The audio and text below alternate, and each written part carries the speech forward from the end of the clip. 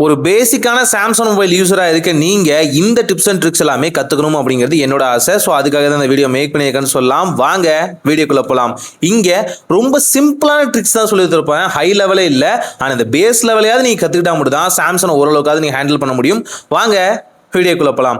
First of all Samsung mobile வாங்கியிருக்கீங்க அப்படின்னா அதில் எக்கச்சக்கமான ஃபீச்சர் இருக்குது, ஆயிரக்கணக்கான ஃபீச்சர் இருக்குன்னு சொல்லலாம். அந்த ஆயிரத்தில் சிலது மட்டும் நான் இந்த வீடியோக்காக எடுத்துகிட்டு வந்திருக்கேன். ஃபர்ஸ்ட் திங் உங்கள் மொபைலோட வாரண்டி தான். வாரண்டி எப்படி வந்து பார்க்குறது? ரொம்ப சிம்பிளாக பார்த்தீங்கன்னா சாம்சங் ஷாப் அப்படிங்கிற அஃபிஷியலான ஆப் இருக்குது. இதில் வந்து உங்கள் சாம்சங்கோட ஐடியை கொடுத்து போகிற மாதிரி இருக்கும். இல்லை அப்படின்னா இன்ஸ்டால் பண்ணிக்கோங்க. இங்கே உங்கள் ப்ரொஃபைலை டேப் பண்ணிட்டு இங்கேயே பார்த்தீங்க அப்படின்னா உங்களுக்கான ஆப்ஷன் இருக்கும். அதாவது ரிஜிஸ்டர் ப்ராடக்ட்ஸ் அப்படிங்கிற ஆப்ஷன் இருக்கும்.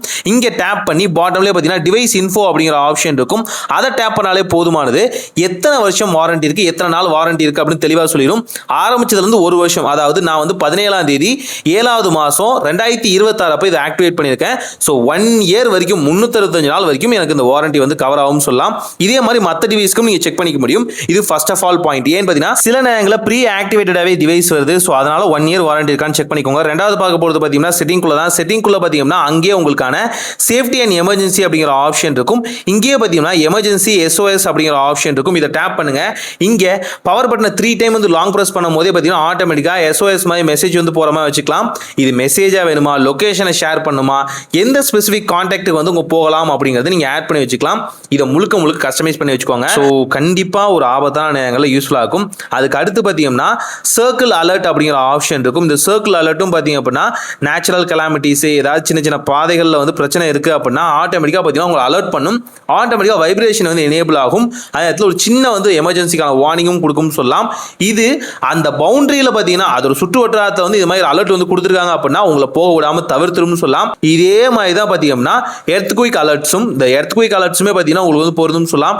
நீங்க இருக்க இடம் பார்த்தீங்கன்னா ஒரு லேண்ட்ஸ்கேப்பான ஏரியா, அங்கேயும் இந்த மாதிரி நிலநடுக்கம்லாம் அடிக்கடி நடக்கும் அப்படின்னா வார்னிங் கொடுத்துட்டாங்க அப்படின்னா அந்த ஏரியாவில் நீங்க நுழையும் போதே உங்க போன் வைப்ரேட் ஆக ஆரம்பிச்சிடும், உங்களுக்கு வார்னிங் கொடுக்க ஆரம்பிச்சிடும். ஸோ அதை செக் பண்ணி பாருங்க. அடுத்து அதே செட்டிங் ஆப்ஷனுக்குள்ள செக்யூரிட்டி அண்ட் பிரைவசி அப்படிங்கிற ஆப்ஷன்ல பார்த்தீங்கன்னா உங்க லாக் ஆகட்டும், அக்கௌண்ட் ஆகட்டும், ஆப்ஸ் ஆகட்டும், அண்ட் உங்க மொபைல் ஆகட்டும், அண்ட் ஏதாவது இடங்கள்ல பிரீச் ஆயிருக்கா, தேர்ட் பார்ட்டிக்கான வெப்சைட்டோ ஆப்போ ஏதாவது உங்க மால்வேர்ஸோ மொபைலுக்குள்ள இருக்கா, எல்லா செக்யூரிட்டியும் டைட்டா இருக்கா அப்படிங்கிறத செக் பண்றதுக்காக பார்த்தீங்கன்னா இந்த ஸ்கேனிங் நடக்கும் சொல்லலாம்.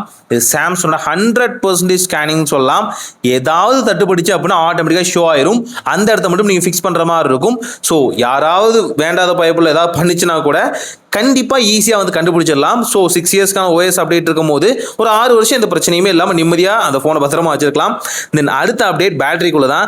பேட்டரியில பார்த்தீங்கன்னா எக்கச்சக்கமான விஷயத்தை நீங்க மாத்திர மாதிரி இருக்கும். ரொம்ப சிம்பிளா சொல்றேன். பேட்டரி ரொம்ப லோயஸ்ட் பெர்சன்டேஜ் போறப்ப அப்போ வந்து பார்த்தீங்கன்னா ஆட்டோ டிம் அப்படிங்கிற ஆப்ஷன் வந்து நீங்க யூஸ் பண்ணிக்கலாம். 5% தான் டிஃபால்ட்டா வந்து கொடுத்துருக்காங்கன்னு சொல்ல முடியும்.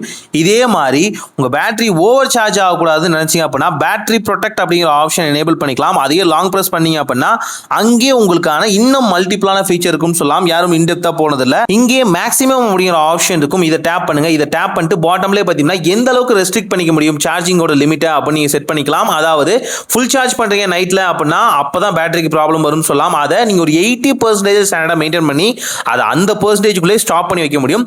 85லாம் ஓகே தான், 90, 95லாம் தொட்டுறாதீங்க. 80லே மெயின்டைன் பண்ணீங்கன்னா பேட்டரி லாங் லைஃப் நல்லா இருக்கும் கண்ணா, எந்த பிரச்சனையும் வராது. அதுக்கு நான் அஷ்யூர் கொடுக்க முடியும். அதே மாதிரி உங்களோட சாம்சங் கேலக்ஸி M47 மொபைலுக்குள்ளே பார்த்தீங்கன்னா இன்னொரு ஃபீச்சரும் இருக்கு. அதாவது ஃபாஸ்ட் சார்ஜிங்கான ஆப்ஷனும் இருக்குன்னு சொல்லலாம். என்னதான் உள்ள வந்து சார்ஜர் கொடுக்கலனாலும் சாம்சங் ஜெனியூனா வந்து 45 வாட்கான ஃபாஸ்ட் சார்ஜிங் வந்து கொடுத்துருக்கான். ஆனால் ஃபாஸ்ட் சார்ஜிங்கை உள்ள போய் நீங்க எனேபிள் பண்ணா மட்டும்தான் எனேபிள் ஆகும். அதையும் ஞாபகம் வச்சுக்கோங்க. ஆல்ரெடி உங்கள்கிட்ட ஃபாஸ்ட் சார்ஜர் இருக்குன்னா இதை ட்ரை பண்ணி பாருங்க. தென் அடுத்து கேலரிக்குள்ள தான். கேலரிக்குள்ள பார்த்தீங்கன்னா AI ஃபீச்சர்ஸ் நிறைய இருக்கும். இப்போதைக்கு 2 மட்டும் சொல்றேன். அடுத்தடுத்த வீடியோக்குள்ள இன்னும் நிறைய சொல்றேன். சிம்பிளா நீங்க வந்து கேலரி ஆப்ஷன்ஸ்ல பார்த்தீங்கன்னா ஆப்ஜெக்ட் இரேசர் ஆப்ஷன் வந்து யூஸ் பண்ணலாம். அதுக்கு பார்த்தீங்கன்னா ஆப்ஜெக்ட் நீங்க செலக்ட் பண்றது மட்டும் தான் உங்களுக்கு தகுந்த மாதிரி இருக்கும். இது ரொம்ப சிம்பிளா பார்த்தீங்கன்னா ஒரு சின்ன கிளவுடுக்குள்ள வந்து அப்லோட் ஆகும்னு சொல்லலாம்.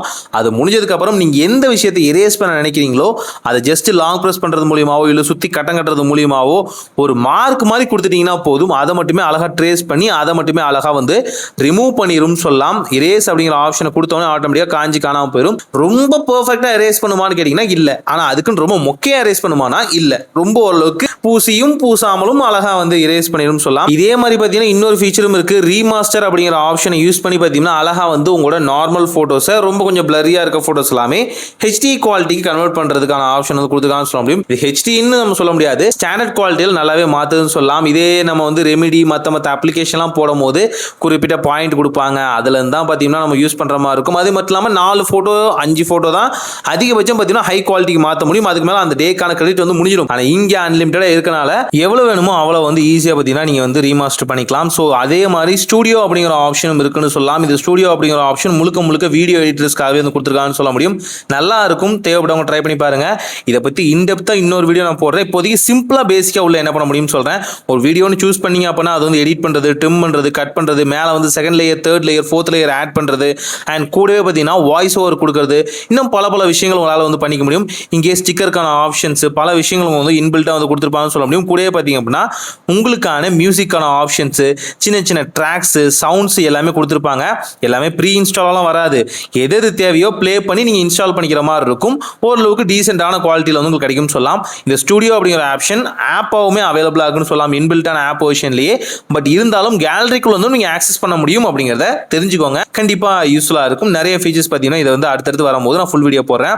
தென் ஃபைனலாக 2 தேவையில்லாத ஆப் பார்த்தீங்கன்னா இருக்கும்னு சொல்லலாம். நம்ம செட்டப் ப்ராசஸ்லேயே வந்து சொல்லியிருந்தோம் தேர்ட் பார்ட்டி ஆப்ஸ் எதுவுமே உள்ள விடக்கூடாதுன்னு.